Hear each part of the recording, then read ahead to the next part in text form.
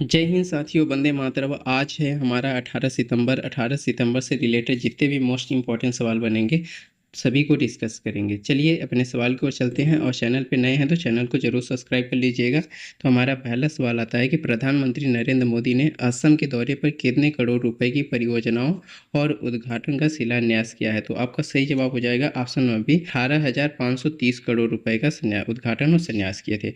और इसमें क्या क्या शामिल है? तो मेडिकल शामिल है, कॉलेज शामिल है, अस्पताल और बायो रिफाइनरी उद्योग से जुड़ी परियोजनाएं भी शामिल हैं। ठीक है, चलिए अगला सवाल आता है आपका, फास्टैग इमिग्रेशन विश्वसनीय यात्री कार्यक्रम को हाल ही में कितने नए हवाई अड्डों पर बढ़ाया गया है? तो आपका सही जवाब हो जाएगा ऑप्शन नंबर ए, 5।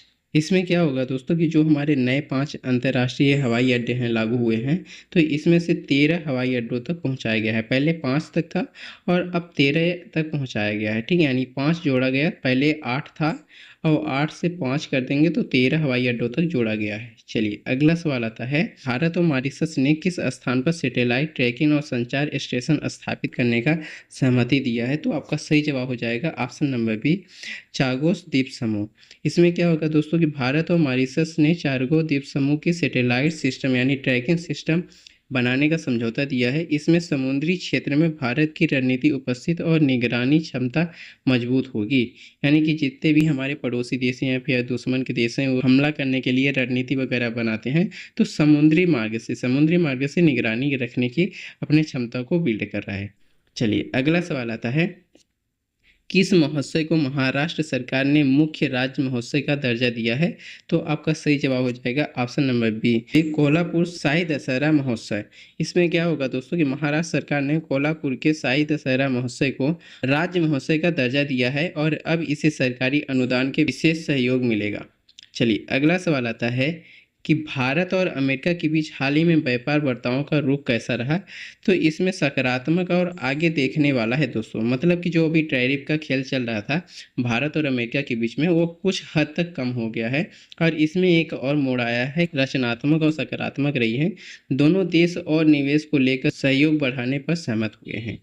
चलिए अगला सवाल आता है, हाल ही में बाढ़ से पंजाब में कितने गांव प्रभावित हुए हैं? तो 1400 गांव प्रभावित हुए हैं दोस्तों, यानी कि option number B right answer. 25 यानी कि जो 1400 गांव प्रभावित हुए हैं और उनमें फसलें सबसे ज़्यादा भारी नुकसान हुए और उनके घर भी भारी ज़्यादा नुकसान हुए। कुछ कुछ लोगों का तो घर तक डूब गया है और बह गया है दोस्तों। ठीक है, चलिए अगला सवाल आता है, भारत ने बंगाल की खाड़ी में किस गतिविधि के लिए अधिसूचना जारी किया है?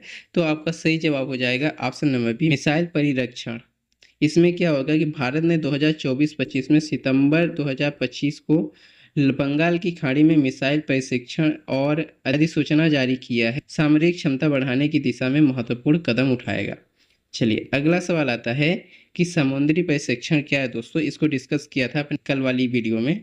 तो इसका राइट आंसर हो जाएगा ऑप्शन नंबर ए, रक्षा अभ्यास। इसमें क्या होगा दोस्तों कि जो समुद्री प्रशिक्षण यानी कि जो हमारी 3 प्रमुख सेना है जैसे कि इंडियन आर्मी, इंडियन नेवी और एयरफोर्स, ठीक ना, सभी की महिलाएं नौकायन पे अभियान रहेंगी और इसका उद्देश्य महिलाओं की भूमिका को मजबूत करना है। चलिए अगला सवाल आता है, भारत की हाल ही की क्रिप्टो नीति किस प्रकार की है? तो आपका सही जवाब हो जाएगा ऑप्शन नंबर ए, पूरी तरह प्रतिबंधित हो गई है दोस्तों। भारत में क्रिप्टो करेंसी ने न पूरी तरह से स्वीकार किया गया था और न ही पूरी तरह से प्रतिबंधित किया गया है। आरबीआई और एसबीआई की निगरानी में नियंत्रित स्वीकृत नीति अपनाई जा रही है।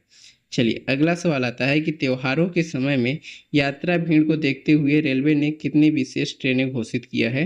तो आपका सही जवाब हो जाएगा ऑप्शन नंबर बी, 1126 ट्रेनें और बनाई जाएंगी और वह भारत देश में चलाई जाएंगी। इसमें क्या होगा कि रेलवे ने दिवाली और छठ पूजा के मौके पर 1126 विशेष ट्रेन चलाने की घोषणा किया है और इसमें सेंट्रल और साउथ रेलवे की रूट्स शामिल भी हैं।